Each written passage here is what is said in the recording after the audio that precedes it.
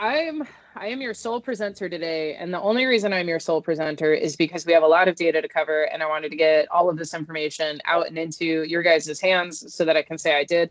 We're going to go over a couple of different nuggets about the data centers, a little bit of new information that's out and about into the world. The international weather events, we're going to start with that. So those are actually flip-flopped because I changed the structure at the last minute. That's going to cover the earthquakes. It's going to cover some of the heat waves, some of the things that you may not have seen in the headlines yet if you're not really on top of it when it comes to what's going on globally. Some new research. So you guys may have heard me jibber jabbering the last couple of years about how the troposphere is getting taller, and this is what's causing a lot of our extreme weather events. I went and I hunted down every other study that's been done: troposphere, stratosphere, mesosphere, thermosphere, ionosphere. I've gone through and I have found them all, and I've consolidated them down for you into a handful. I think it's only 2 slides, so we'll also go over those and the implications that those have to satellites, as well as everything else that follows through with that, like EMPs and radio wave propagation. We'll talk about that as well. We're also going to talk about, of course, the forecast as it's coming up. So no guest speaker. I'm your guest speaker. It's me. If you guys have bought a challenge coin from me and you haven't gotten it yet, I did mail them out. I haven't gotten any bounce backs. We did have some of them go pretty far to include over to Ukraine. If you still haven't gotten it, please let me know. I will double check and figure out what I can do about that, as well as maybe send out another coin. I owe 2 of you coins, I believe.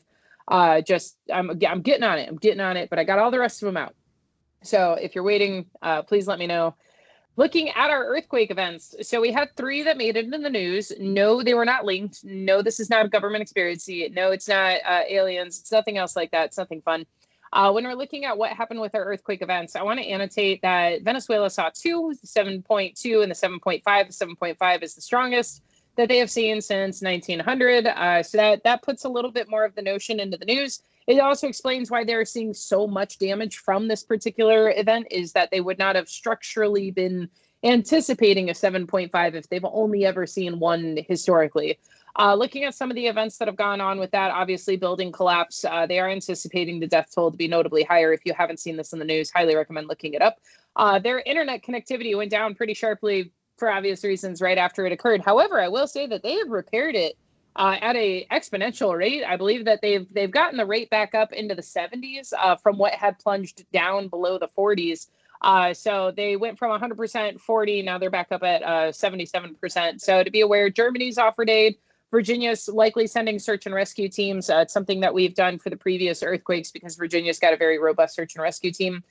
They are anticipating aftershocks to be stronger than the current aftershocks that they're seeing. So expect later in the week to see that back into the news. Everyone was home for this event, which is a pro-con in that regard. So just to be aware that they were celebrating a holiday, and thereby most of the schools were closed. This also led to a decrease of people actively in transport. So again, you take that however you will as to whether or not it was better that they would have been at home or better that they would have been at a business site, depending on structural integrity of some of those sites. So I've put in all of the different stats of things that we know right now. As far as the mortality, that's going to continue to climb. So I expect to see the body count go up notably higher. And then, of course, looking at some of the other things, when we talk earthquakes, I did this with the Turkey Syria one too. What is in the area of the earthquake that may have contributed to the destabilization of the plate in general? So when we're looking at Venezuela's general makeup of that region, they have a mountain right off to the side of where the earthquake occurred, right off to the left as I'm looking at the map. But you'll notice when we'll go over the topography maps here in a second. They also have a significant amount of mining operations. The oil platform is over there. Their gold mines are nearby. There's a lot of general movement into the earth to extract things from the earth around the hub in which everyone lives. So when we're looking at the epicenter, just remember that we're tracking that the push-pull on any surface of the earth to include things like fracking, filling and emptying reservoirs, filling and emptying lakes, developing borderline any major cityscape is going to come with seismic activity because you're modifying the material under the surface of the earth. And that comes with a pressure differential. So in order to do mining, for any mining, you need water injection to be able to pull the material out. You also need water for dust mitigation. So there's a lot of material moving, and the heaviest material is often being utilized to move more material. So injection wells, their own problem set, using the wastewater to push it into the earth to bring the oil out to purify the oil. Their oil is like the heaviest oil in the general region. As a note, it is laden with materials, metals, minerals, and from that, when they pull it out, it has to go through a lot more refinement than typical stuff does. So when we're looking at this as a process of push-pull on the atmosphere, and not on the atmosphere, push-pull on the surface of the earth, plus the additive of severe storms, push-pull, the barometric pumping, we were likely to see destabilization in this general region. To be aware, the general activity in this area, as far as access to some of the oil that they had paused and then resumed, and that can trigger some destabilization. Not to say, of course, that the earthquake is the fault of any one industry or any one entity, but just to let you guys know what's in the general areas, that they did have a significant drought. They have a hydroelectric plant that is in that area, a pretty notable dam. It produces about 80% of the nation's power, and had been going through a pretty significant drought. We've seen this here in the US with some of our droughts with our dams and the increase in seismic activity in that region. So just keep in the back of your mind what all is physically present around this besides the buildings and the mortality risk. I understand that that's a very humanitarian response, is to look at it, see the immediate disaster, and then secondarily look later down the road to see what the ripple effect is, but more so utilizing the ripple effect to see what the causation may have been. So when we're looking at some of the other things in this area, this is a very, obviously the graphics annotating fault lines. If I could ever just get a geologist who's just bored in their downtime to redo every fault line in a far prettier, far easier to read map, I would advocate for that globally, just as a global initiative.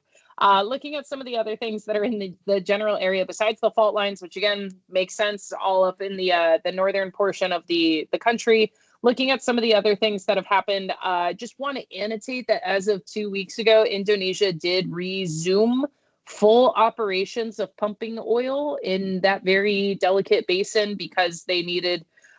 Indonesia has a contract to do as such. This is a whole thing, but because of the Strait of Hormuz push-pull, there's been a lot of pivots of who can get oil from where without needing to go through the strait, in which Venezuela has actually been tapped a little bit more aggressively as of late.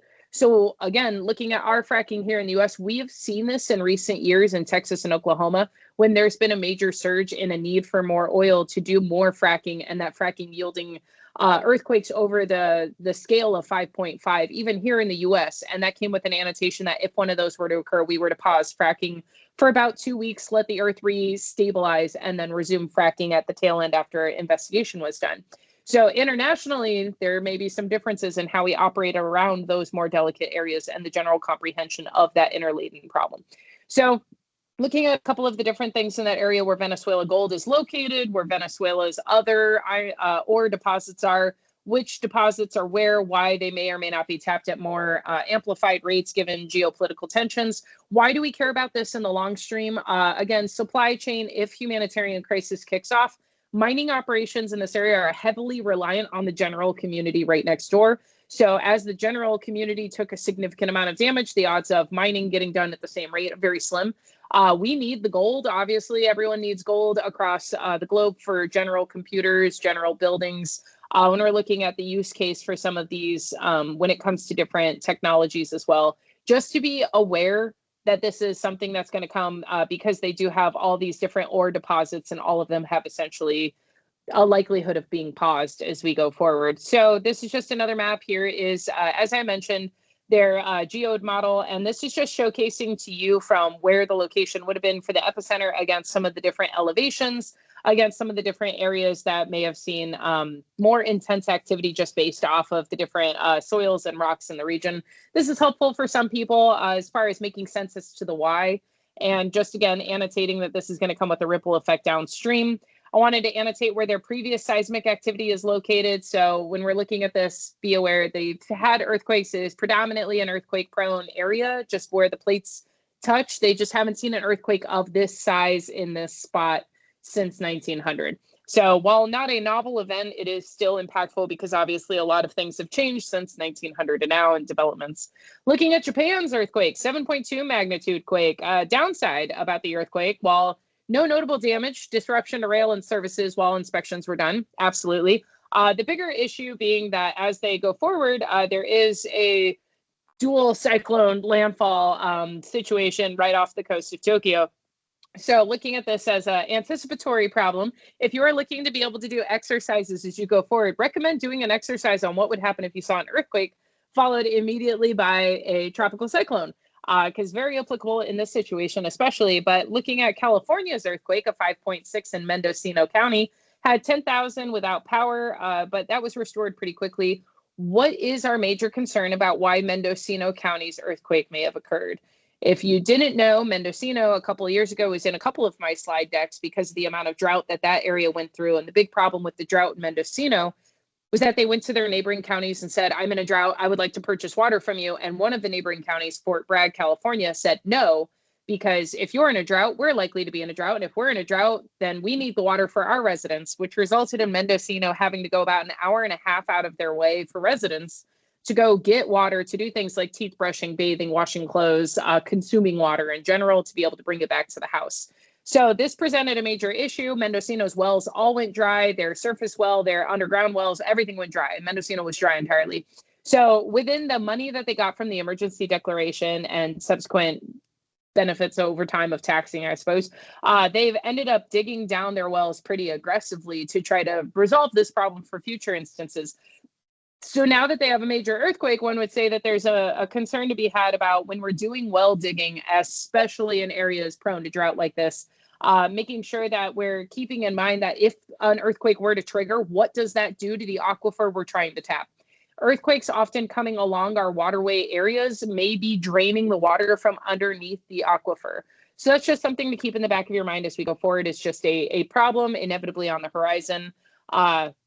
Is really looking at these earthquakes as the first order effect, everything taking damage. Second order effect, the ripple to everything that we need for operations. The third order effect, what does this mean for what was underneath?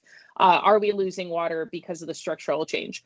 Now, a positive headline for everybody, climate.us has emerged, which is excellent. These are a lot of the scientists from NOAA who worked on climate.gov and have safeguarded our repositories. It took a lot of legwork, a lot of effort, a lot of crowdsourcing funding to move everything over. So the dashboards are now reactivated, which is excellent for everybody. You don't have to worry about these ones going away. They are being housed by climate.us. So I just want to annotate this is just a positive nugget out there. We are really worried we are going to lose a lot of these. So there's going to be a adjustment period as studies get loaded in, as dashboards and toolkits and products get loaded in, as well as things like the teaching materials for instructors. So if you know a teacher looking for materials, I say we as the overarching scientific community, I don't have a huge hand in this, besides my general support to the group. I want to annotate that this is just something that's available to everybody to be aware of as we go forward. So making sure that you're playing with the tools, making sure that you're considering the research that's out there. Whoops, went the wrong way. So I'm on the right one. Looking at where we're at right now as far as drought situations go, I want to bring this back up to everyone's forefront of the mind. Data centers, AI, cryptocurrency. Where are the cryptocurrency locations against where is drought? Where is our water sector? Why does this matter? Because cryptocurrency uses a ton of water, just like AI and data centers do. So when we're looking at where the cryptocurrency is occurring, where the mining is occurring to even get the materials to do the computing, to do the cryptocurrency, there's this ripple effect that comes out of the water have and have nots. So I just wanted to annotate how much transaction Bitcoin blockchain uses as far as water goes, because we do this a lot with AI in the data centers and queries. So just to be aware that each transaction on Bitcoin blockchain uses about 16,000 liters of water. So that's notably more than using your credit card to buy something. So just tracking these things as pulls on our water sector when we're talking about drought, when we're talking about heat waves and the inevitability of water fighting as we go forward, is just looking at who's got the biggest footprint when it comes to Bitcoin, what countries have put out what sort of rules and regulations to mitigate this as we go forward, and what does it look like to replicate these same securities here in the US just to make sure we're not losing water in the wrong way industry-wise. These are some of our data center maps. I wanted to make sure that you all have access to this. Some of you are doing data center projects, research products. So I've consolidated all of the different slides that I've had on it from 2025 to now. So just over the last year, I've consolidated these stats and studies, what regulators are doing, what states were leading the way in accepting some of these sites coming to their state. where we have planned capacity developing, the different maps that are out there and available to you guys, how they're powering them in some regards. That's not always super easy to get a hold of. I will annotate the last major heat wave that we had last year in Virginia's data center alley, due to the amount of energy strain the grid was under due to how many people needed HVAC. The data centers were actually told to turn on their backup generators for a notable period of time, which feeds not only the heat propagation and the pollution issue, but subsequently the noise pollution side of the house, which we'll talk about in a second. So just to be aware that as we're talking about heat waves and heat domes over in Europe, over in India, and the inevitability of the one coming to the US, not immediately, but inevitably, what it's going to look like when we see these kinds of things contribute to that. This map's been updated. If you did not know, in March, they updated this beautiful graphic, which is very easy to zoom in on. I put this in at one of the highest resolutions, so when you get the PDF, hopefully that carries over. It's going to be a larger PDF than usual. And you'll be able to zoom in and see where all of the different transmission lines, the pipelines, the power plants, the data centers are all co-located. And then you can, I believe that the National Labs of the Rockies put this forward on an Esri platform that you can separate out as well and overlay it onto other products. I might be wrong about that, but there is some really good sharing going on LinkedIn as far as what layers would be beneficial to have on here and how to depict them so that the map doesn't get too clustery too quickly. Some of the other maps that are out there are more interactable. These ones are proposed, community reported, under construction, to give you an idea of what's making its way into from industry into policymakers' considerations, where they're looking to expand, and then you can do your own analysis of what risks those may be under from there. So you'll have access, again, in the notes section of each one of these slides to the links where each one of these are found. You'll also notice that some of them have already annotated some of the concerns on the horizon, which is the drought-stricken areas where the data centers are trying to build, and looking at how much water the data centers utilize, and then looking at where we're expecting for this to rapidly worsen. Alabama, most notably, has already halted construction of a data center. It was going to require 2 million gallons of water per day, which is 2/3 of the city's population water use. So that's a pretty notable ask from Alabama. So when we're looking at these data centers developing, sometimes the requests are this high, despite the area where they're building into, knowing that the infrastructure is just not there to support the ask. So keeping in mind as we move forward into the AI data center frenzy that some of these are going to be really tried and true stress points. Now, looking at this one, this graph is far easier to zoom in, zoom out, change some of the parameters. They have a ton of different layers on here. You're able to see the companies, which is even more helpful. You're able to see at what size and scale in the sense of hyperscale these are, and you can interact with each one of them, get more data on each one of these sites. So I also made sure that you guys have access to all of this information as well, and then their water stress as they go forward, you can change some of those layers. So that's just another fun one. EPRI's data center report came out, and I wanted to make sure that just everyone had this, which is to say that data centers are projected to consume 9 to 17% of US electricity by 2030. So that's just in the next couple of years. That's going to be up from 4 to 5% today. So if we think that they're struggling today, we are expecting for that rise to be a little bit more notable, and then it's expected to get even higher after that. So they are looking at it being about 60% higher than the 2024 report estimates. So again, each year they seem to be adding that, well, we thought this, but it ended up actually being, and those modifications are getting to the stage at which we're looking at Virginia, most notably, where data centers currently are taking 20% of the electricity. We are expecting for that to go anywhere between 39 to 57% by 2030. Again, these are all just in the next couple of years. So expect your energy bills to go up is really the moral of the story, one way or the other, even if they were to pay for the buildings. Here are some of the different ways in which weather events can impact your data center and impact your risk of cybersecurity risk to the data center. So I just made sure to incorporate some of the things like subsidence. If you did not know, Virginia's data center alley is sinking.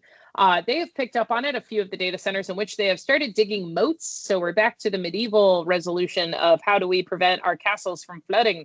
Looking at some of the different exposure risk maps that are out there and some of the different stats, I went ahead and I put in some links to some of the different articles that have come out just to be aware of some of the problems that have come from data centers either going down or some of the risks to data centers that have made their way into the news somewhat recently, especially after the Oracle downage that happened a couple of years ago in the UK in 2022.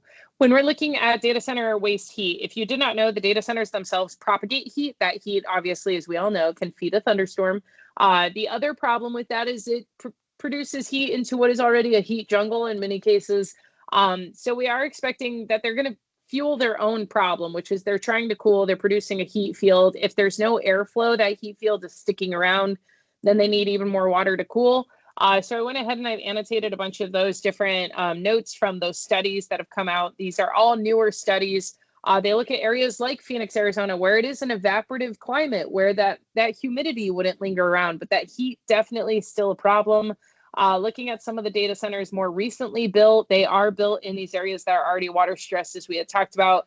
And just looking at the general footprint that leaves to the community over on the far right, they are annotating that some of those communities are just not built to handle what these data centers are going to be causing, both in the heat and in the propagation of the general material that comes off of that in air quality risk.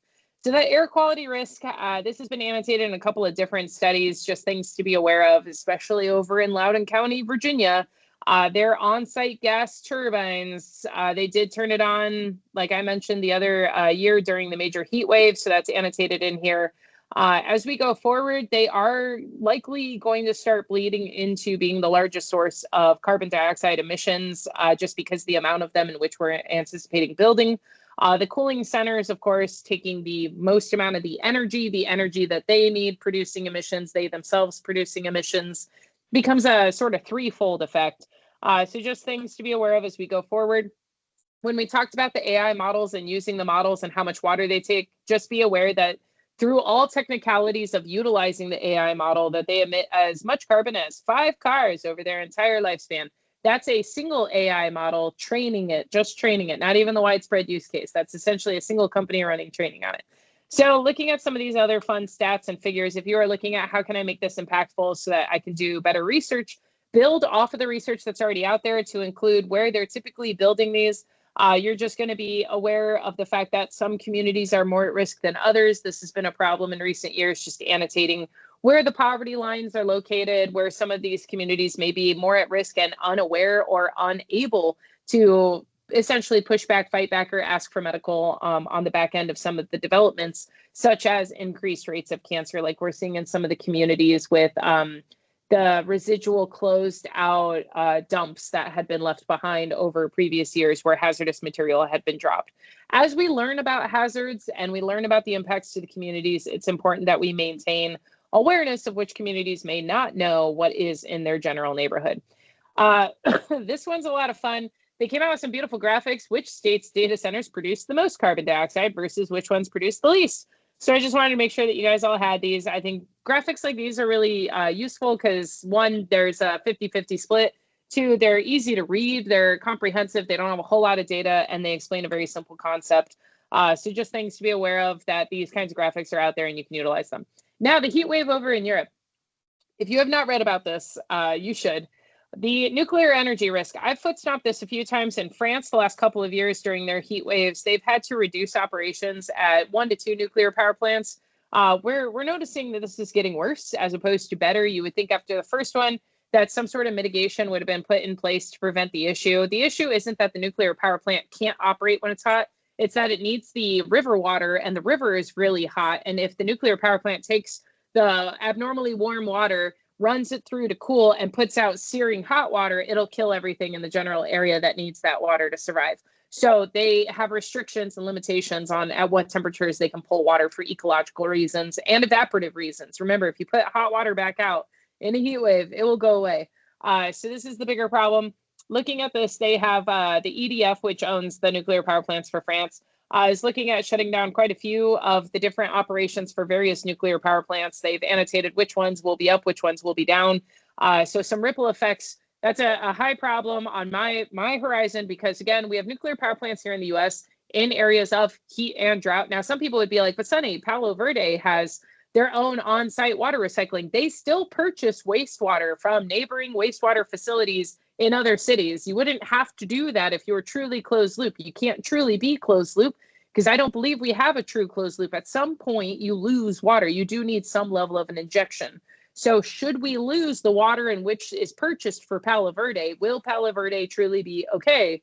That's the bigger question I've got going forward. So I'm keeping this in mind for the nuclear power plants here in the US to include our hottest general area as it continues to get hotter in Arizona. Now, looking at some of the other concerns we've got going on in Europe, obviously AC, major problem. They have a couple of power outages. It's such a small underplay of what's going on. I'm very upset about what's going on over in Europe. So just things to be aware of as we go forward. This is like my favorite phrase, is that it's because it's getting hotter and their AC in general is struggling to keep up, and their energy sector is also struggling as we go forward. Just different ways that Italy and Spain are looking at this as problems. The UK in general also looking at this as a major problem set. We're looking at the current records being set in all of these areas. They're getting set essentially each wave of the heat that they're getting. Also be aware that there's a hailstorm going on in Italy, or was a hailstorm, that's now dislodged. Where is that inevitably going to go? Over to Iran eventually. So we're watching that as it makes its way across Germany and then slowly drifts downward across the Mediterranean. It's a whole process. We'll talk about that in a second too.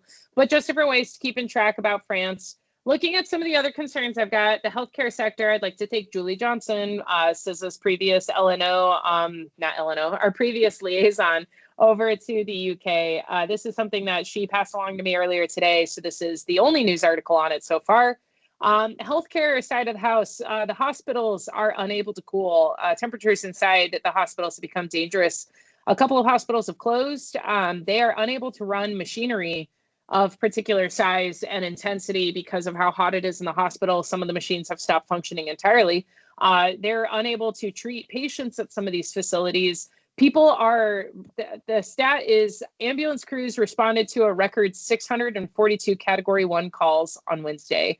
Category 1 are the most serious life-threatening injuries and illnesses like cardiac arrests and patients who aren't breathing. So they have this mass need for hospitals at the time at which the hospitals are unable to cool. The equipment is failing, and unfortunately, the medical staff are completely sleep deprived and also struggling within the heat wave. I can't footstop enough how much of a general crisis that this annotates, because this isn't even the worst of what's to come. So looking over at Europe as a very, very intense situation unfolds as the hospitals start to fail. The HVAC inside homes is failing. Cooling centers are becoming hard to come by as power outages roll. So just really watching what this looks like as we go forward, what this could mean should it replicate here in the US for any of our international partnerships as well, what aid can be rendered in these kinds of situations. The data center and extreme weather side of the house, there was a new study that also came out that I wanted to highlight. It's a beautiful report by First Street Foundation. If you guys remember, I'm a big fan of First Street Foundation. They just do a lot with different graphics. They recently just got bought out by somebody, I don't remember who. So that'll be something I'll look into as well. But they did annotate that the data centers, the vast majority, we know this because I've been highlighting this in different presentations, the vast majority are in some level of chronic climate risk, either flood, drought, or both. Severe weather also. So the US, the Carolinas, Atlanta, New York, New Jersey region, and Northern Virginia are among the 10 most exposed regions to acute and chronic climate threats. So unfortunate. So these are just different ways that you can consider the information. I put the stats and studies over on the left and then the graphics that support it over on the right, so that you guys can play with this a little bit more as we go forward.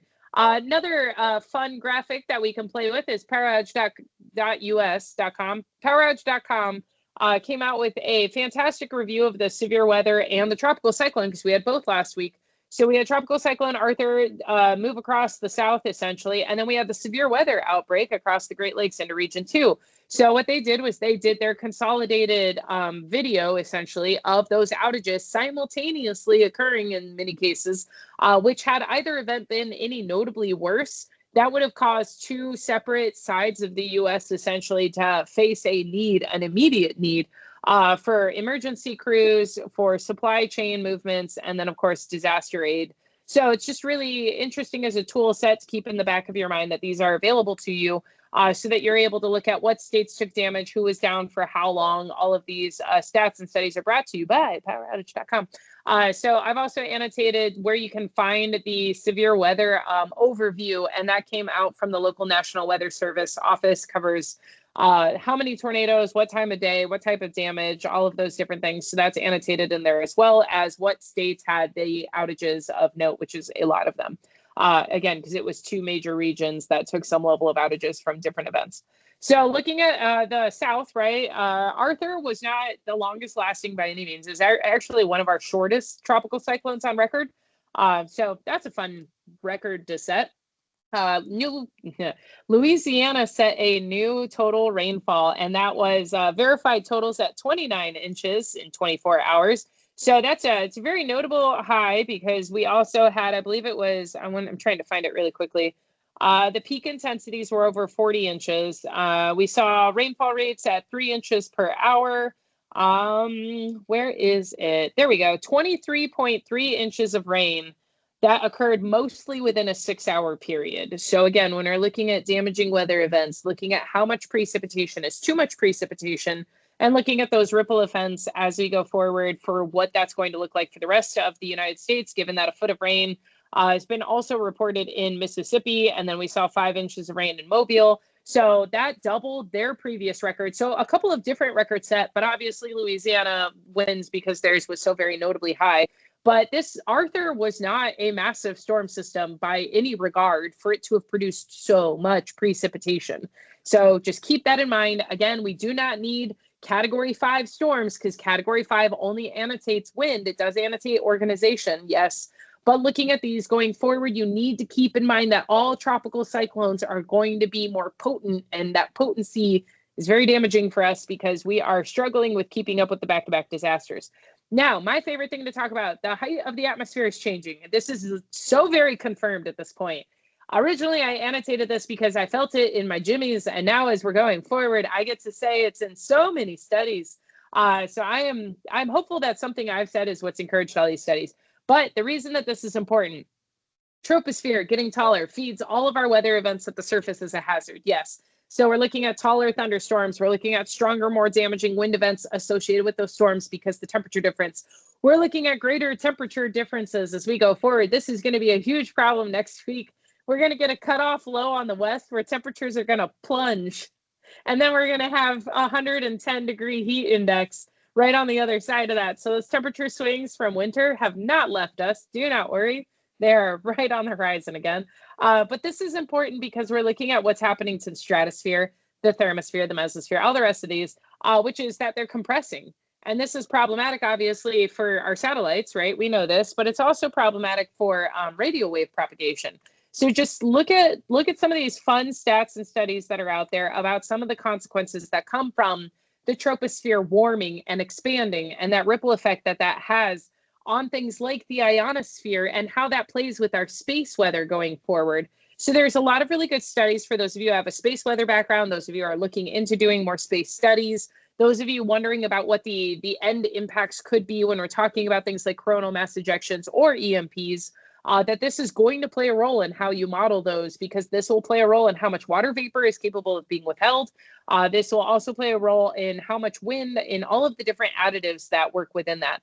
This also plays a role, when I said the height of our thunderstorms, it also plays a role with the icing. We've talked before about how extreme heat amplifies the turbulence with aircraft, and that's why our flights are getting more turbulent in general. Clear air turbulence will go up, not just the turbulence associated with thunderstorms. Clear air is also increasing.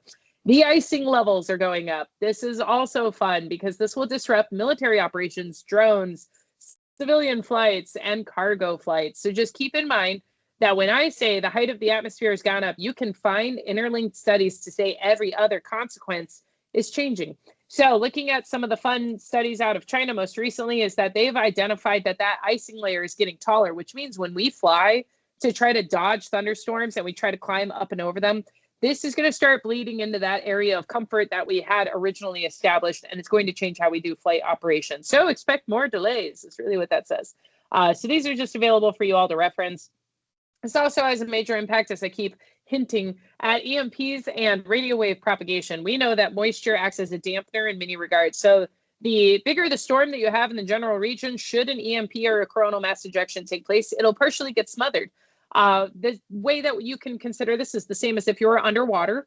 So some benefits to being underwater. While being underwater isn't an immediate Faraday cage, because it absorbs. It does sort of work to deflect in the sense that it routes because it's all grounded, because that was a wild concept when I first learned it, is that being underwater in the middle of the ocean, you are technically grounded.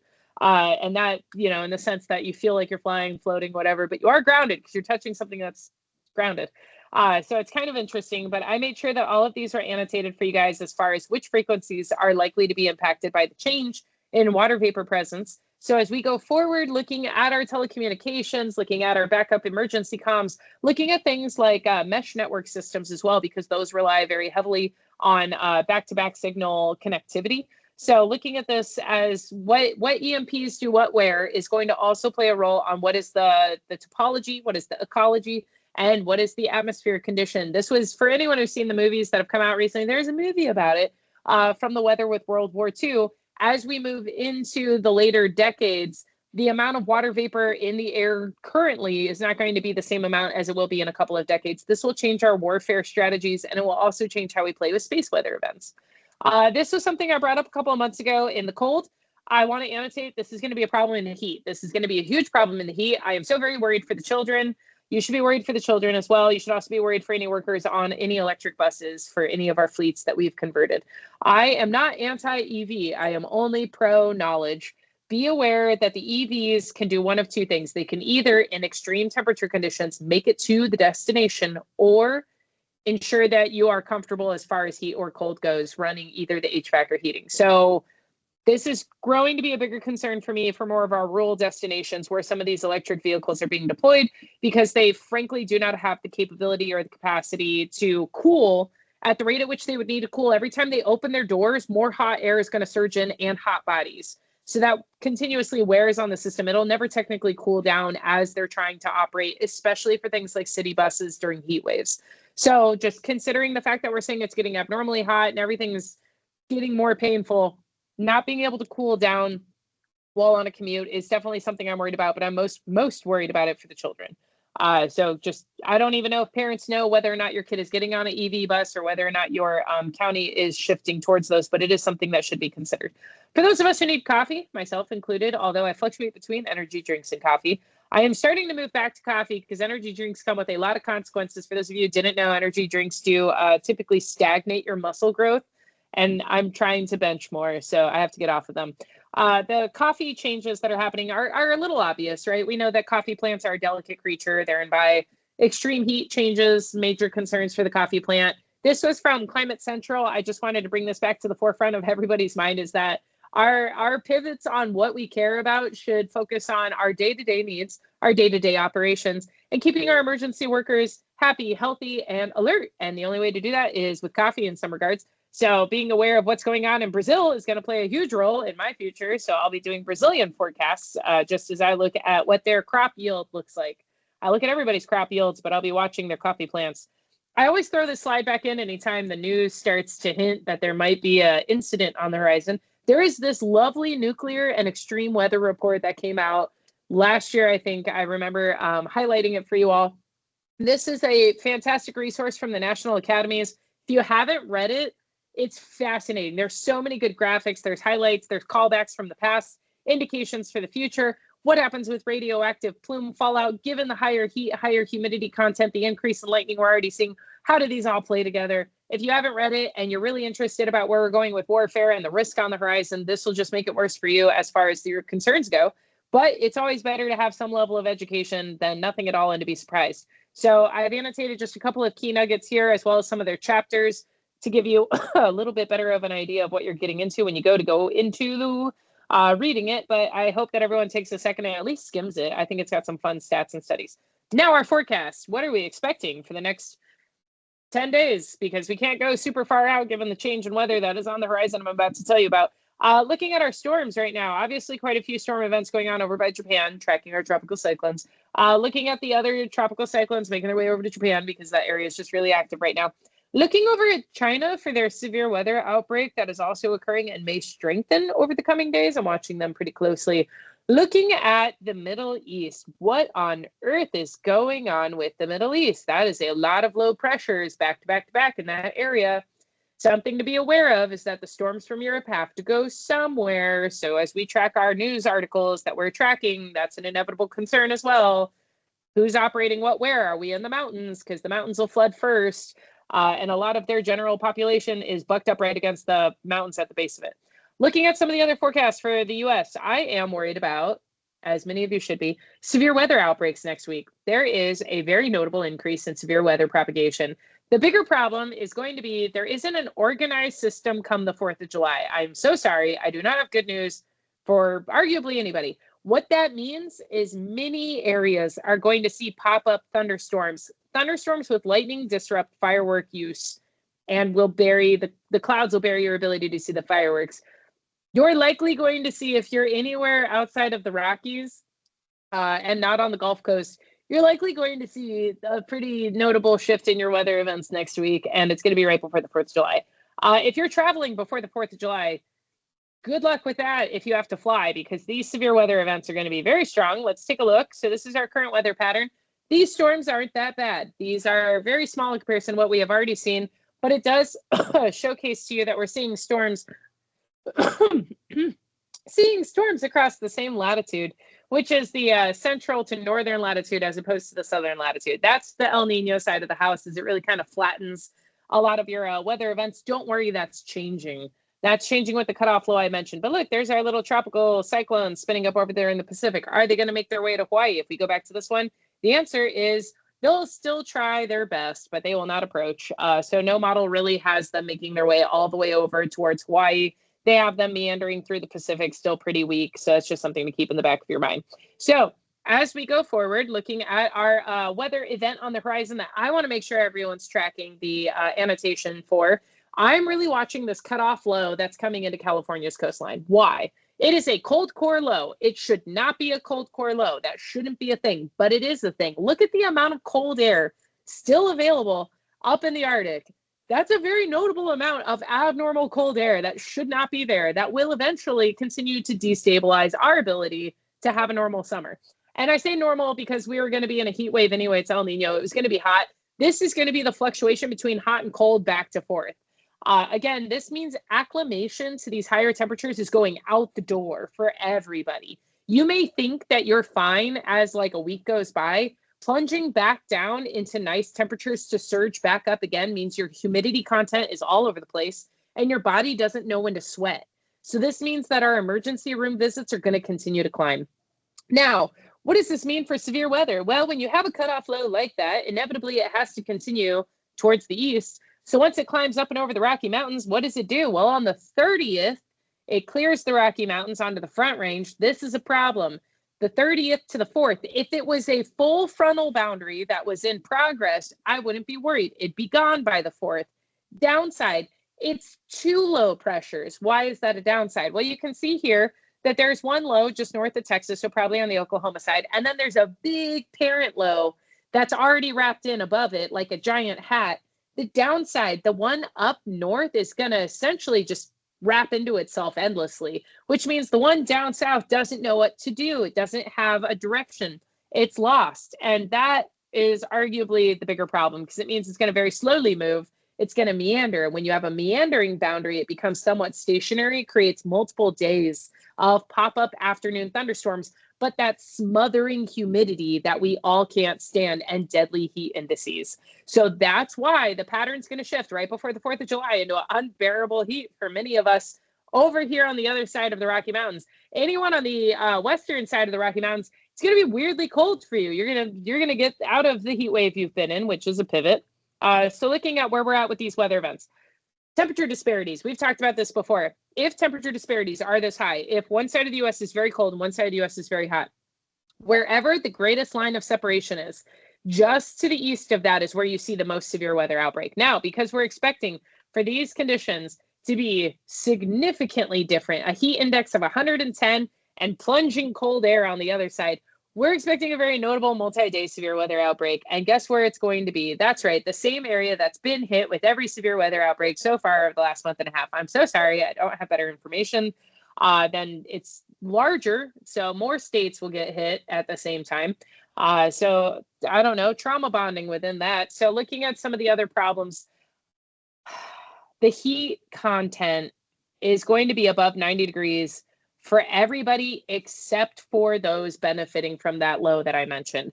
So every other state in the continental US right before the 4th of July, the heat index is going to be deadly. So you're going to want to be outside to celebrate 4th of July because you're going to have a lot of days off back to back. I cannot stress enough, try to find air conditioning. Here's one of the beautiful graphics for our temperature. This is just the temperature side of the house. This isn't even as bad as it could be.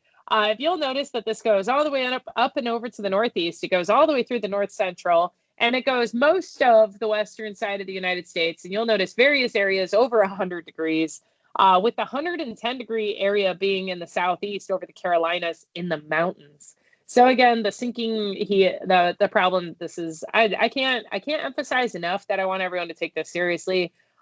Looking at what's happening over in Europe right now, please take this seriously. The high heat, high humidity content for back-to-back days leading up to a big celebration. People will be dehydrated. They're going to try to drink. Drinking dehydrates you further. Just irritability through the roof. The odds of there being more violent incidences also through the roof because during high heat events, people get more aggressive. Road rage incidents go up. Domestic violence attacks go up. Just a lot of problems. Please be very, very cautious this 4th of July, please. The water situation out west, just annotating some of the new notes. 2 towns are running out of water entirely. That's in Utah. The town of Emory will be out of water by the end of this week. They will be hauling water. The town of Apple Valley is inevitably running out of water as well. So these are annotated by Utah's officials. These aren't even like just open news stories. This is coming to the table now. They're also running into problems with how they're going to be growing their fruits and vegetables and, of course, their cattle. So big concerns for Utah. Again, don't worry, they're going to flood. So as I've mentioned, it's a twofold sword. You get the extreme heat, you get the flood. If you get the drought, you get the flood. There is a major pivot that comes after that upper level low dislodges. It's going to move over, and that's going to cause this major flip in all of our weather. That's like an Easter egg surprise, but just something to be aware of. By mid-July, the pattern shift is going to be quite substantial, and our Four Corners region is going to suffer an entirely different pain. Looking at where we're at right now for the forecast for Lake Powell. Lake Powell is at 7% inflow forecast of its 30-year average. 7%. Annotating some of the other concerns that we have just as we go forward from Wyoming. At least Wyoming's providing a 35% inflow from. That's 35% of average. So again, I don't have any positive news about what's going on with the West. Anticipate that Arizona is likely going to end up seeing that 77% cut if they don't come to the table before October with a better solution. We just don't have the water out west. The areas that you see that do have water are not connected to the areas that do not have water. So trucking water is insanely expensive. It's also problematic because these areas that do have water were in a water shortage for the last couple of years. There and by, they need the water to pay back the water debt that they already have accrued. Now, where is Lake Mead and Lake Powell against recent years? Lake Powell is setting devastatingly new records for being so much lower than 2022. It's actually really upsetting. Looking at Lake Mead is doing just slightly better than 2022, which means the entirety of the basin has our attention because that's a huge problem. Benefit, it's going to flood. It's got to go somewhere. So we're just going to hope that all makes it into the river in a meaningful manner and doesn't just move through and carve new washes away from the riverine sector. So that's why they've put this. That is why on the new drought outlook that they have changed the forecast for the Four Corners region to say that there will be drought removal. See how that's like a more positive way of saying we're concerned it's going to flood in the Four Corners region? Again, looking at some of these other areas, the concern for severe weather propagation, removing the drought is my worry for the Tennessee, Kentucky River Valley. And then looking over at Florida, it's because stationary boundaries love Florida and they typically form this time of the year. Now, what are we looking at when we're talking about the Mississippi River? Well, obviously the drought, right? We've continued to talk about the drought concerns there. So there is a proposal to change some of the Mississippi River to remove some of the locks and dams on it. Just because of some changes that have happened upstream over the last decade, the use case, advocation, some of these other changes. So I just wanted to annotate that when we're talking about droughts and dredging and the system as a whole, that we are looking at things like removing the dams so that the flow of the water is a little bit more natural in those areas. The fisheries can repivot, stuff like that in the general communities. So just something to be aware of if you operate or live on the Mississippi River. The Missouri River Basin, you'll notice that red line there for where 2026 is against recent years in the drought. We're not doing great in that basin either. So I just want to foot stomp that that line is the lowest line on this map, but it's not the minimum. So it could be worse. Looking at our forecast as we go forward, again, annotating the 3 to 4 week forecast where we got heavier rainfall over in the Southwest, and then looking at all of them, they're all annotating there's a movement coming. So the 6 to 10 day highlights the border to Mexico, and then the 8 to 14 highlights the Four Corners, and then the 3 to 4 week highlights the Southwest. So we are looking at a pattern shift there. That's my foot stomp. If you're in the Region 9 area, you should be watching your forecast. All other areas, looking at the extreme heat really being a problem, I would foot stomp Michigan because the heat and the humidity are going to be very intense in that area as we approach July 4th. So again, smothering heat for everybody on this side of the U.S. Other problems as we go forward, tornadoes continue to rise. They continue to surprise. We've had more than 800. Vermont, Illinois have reported record-setting tornadic activity. Vermont reported record-setting tornadic activity. Iowa is inevitably going to. Just a couple more tornadoes there will put them up and over their total count. So that's just something also to keep in pocket. Looking at some of the other events that have happened recently, deadly floods, China, India, France, Spain, Italy, hottest Junes on record, as we just talked about. Just some of the other things as we're watching some of our droughts, where the drought is, the heat over the Grand Coulee area, keep in the back of your mind as well. Looking at some of the other problems on the horizon, we have the surface water where our trees, our vegetation are or are not going to be able to get to some of this water as we go forward. So just different ways to keep in mind that we are expecting the plants to come down easier during flood fire. Branches are going to come down more aggressively. If we didn't learn from this last Virginia microburst that we just saw, the branches are going to come down. The trees are stressed and the branches are fragile. Evaporative demand indicates that we should be really watching region 2, 3, and 4, very specifically around areas we don't typically look at for these kinds of incidences, but their evaporative demand has been very high over the last couple of weeks. That area has just been cooking. Other problems, again, just looking at soil moisture, that's just a problem for the vegetation, what's able to grow, and our fire risk. Low flowing rivers, that's what this map is. I just wanted to make sure that you all saw that this aligns with that, which is just to say, we're in a drought. We need the floods, but we need the floods to not be as violent as they're going to be. So I'm hopeful that our basin in the Colorado River, because it is going to hit the southern portion of the basin, I'm hopeful that that'll make its way into the Colorado River and buy us a little bit of time. This is just a new study to say if you're in a heat wave, your odds of wildfires go up substantially, especially in the West. So where we have the fires burning in the West, don't worry, it'll get worse because in order for that cutoff low to enter, it has to bring in damaging wind gusts. So if you don't get your fires under control before that low enters into the U.S., your fire will get out of control first. We are expecting dry lightning in many areas ahead of that as well, so expect even more fires.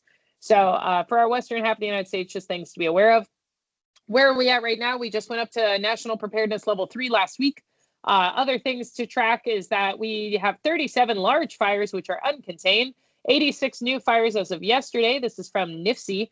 Other things to track is that this year's January to June has exceeded any other year in the past decade for fire incidences. However, we are now back to second against 2022 for the most acres burned. Florida is not going to reduce the accessibility of fireworks. So if Florida catches fire from 4th of July fireworks shenanigans, just be aware they are in a drought. So other concerns as we go forward is some of these events have a typical indicator that there is a likelihood of fire after a major celebration. This happens in India also with their celebrations. So I've just annotated some of those there, annotating where our severe weather is going to be over the next 72 hours or so, areas that have just recently been hit. So they're going to likely see some pretty heavy rainfall rates, looking for up to 3 inches over in Missouri. Looking at our wildfire smoke over there in Utah, not expecting for that to get a whole lot better. And then again, you'll see there's mixed precipitation for your wintry mix. That shouldn't be in there going into July, but here it is. It's in there. So we are expecting some frozen precipitation in the forecast, along with fire, lightning, heat domes. Why not at this point? So this is getting to be a really fun job if you haven't annotated in the back of your mind yet. Where we're at right now as far as the temperature swing goes, Looking at the GFS has that split where we've seen the last couple of weeks over the central US. You'll notice it's way over on the west now. So the abnormal cold is going to be on the western half of the United States, followed immediately. So we're looking on that line for lightning. Look on that line for wildfire ignitions, foot stomping, severe weather outbreaks in the North Plains. So Montana, our Dakotas, Wyoming, expect to see lightning strikes, severe weather, damaging winds, hail, the possibility of positive lightning strikes because of the amount of wildfire smoke that's already in the atmosphere. So just track that, again, back of your mind. Keep also on the horizon what's going to be changing with this pivot when that gets over to Europe. And then whenever we get the heat wave that just dislodged over from India, which again, looking further into the future at mid-July. This is just some of the, I'll leave you guys with this, some of the ENSO updates. Everyone wants to talk about Super El Nino and why everyone dies at the end of it. No, that's not the case. If the last comparable event was in the 1950s or even further back, we are globalized now. As a global economy, you can order things from warehouses that you couldn't in the 50s. It's an entirely different economy. We don't die at the end of this. It's only important that you look at the additive that this has to weather phenomena and that it changes the way our storm pattern moves. Almost every country that used to be devastatingly impacted by these types of El Nino events have matured into an interconnected community, at least with its neighboring countries. So please do not let the media overhype the mortality risk. There is mortality risk. But again, keeping the sensationalism out of weather reporting, looking at it realistically. We are connected now. We have compacts, we have agreements, we grow more. There's been changes. There's been changes over the last, 70 years plus. So please do not go back in time and look at damaging weather events and say this exact event collapsed a civilization, thereby would collapse us. Not the case. I also want to annotate this changes water. So when we have El Ninos and we have abnormal water, or abnormal warming, it does change the current for California. It moves the current a little bit. And that movement changes fog. So you won't see as much fog. That's a problem for vegetation. But it will also cause some secondary problems like the sea level will be a little bit higher by about 3 feet. This will kick off with king tides like we just saw the other week where they had a record-setting king tide up in the northern portion of California. So just keep that in mind if you're in California, is that your coastal flooding events are going to get worse for a little bit. Also looking at some of the past years, California usually produces more tornadoes during El Ninos. So I've annotated some of those just to keep in the back of your mind. It changes the way the patterns enter into the U.S. for frontal boundaries, which is where you get the availability of destabilized weather and that temperature difference that I just showed you where you're likely to see tornadic activity from that. Tornadoes don't form on the Rocky Mountains. There's too much friction. It's not a thing. Tornadoes and mountainscapes, it's not a thing. Here's some of the comparisons. Again, just looking at California, I put these in here for anybody who feels the West Coast is often left out of the conversation. I've annotated for the tropical season some of the major tropical events that have happened for California, why California does not get to ignore the major pivots that are happening over in the Atlantic. So just things to be aware of is 2023, 2015, and 1997, all for different record sets that occurred from their tropical weather. Here's, if anybody wanted to say what happened in the 1950s and what does that look like now? I've pulled all of their headline documents as the most comparable, but 2015 is also pretty comparable when it came to those weather phenomena. Just annotating, you could pick 2015 or you could pick 1957, 1958, either or, totally fine. The only concern, I want to foot stomp and end off with you guys on this, the areas with lines on this particular map. So the bulk of the US that has lines on it saw more than 100% of their normal annual precipitation. So when we're talking about impacts and risks, I am worried about floods. I'm worried about floods for everybody. So it's not as much with La Nina, where only half of the United States is going to see beneficial rainfall. It's more that every area that sees rainfall is going to see a relatively painful onset to that rainfall. So just keep in mind, damage is going to go up, which means cost of restoration, repair times, all of that will also go up. And that when we're doing restoration and repairs, that concrete does not like to set in higher temperatures, thereby it will be weaker and it will take longer to set. So with that, I do believe that that was my last slide, and I will go ahead and stop recording.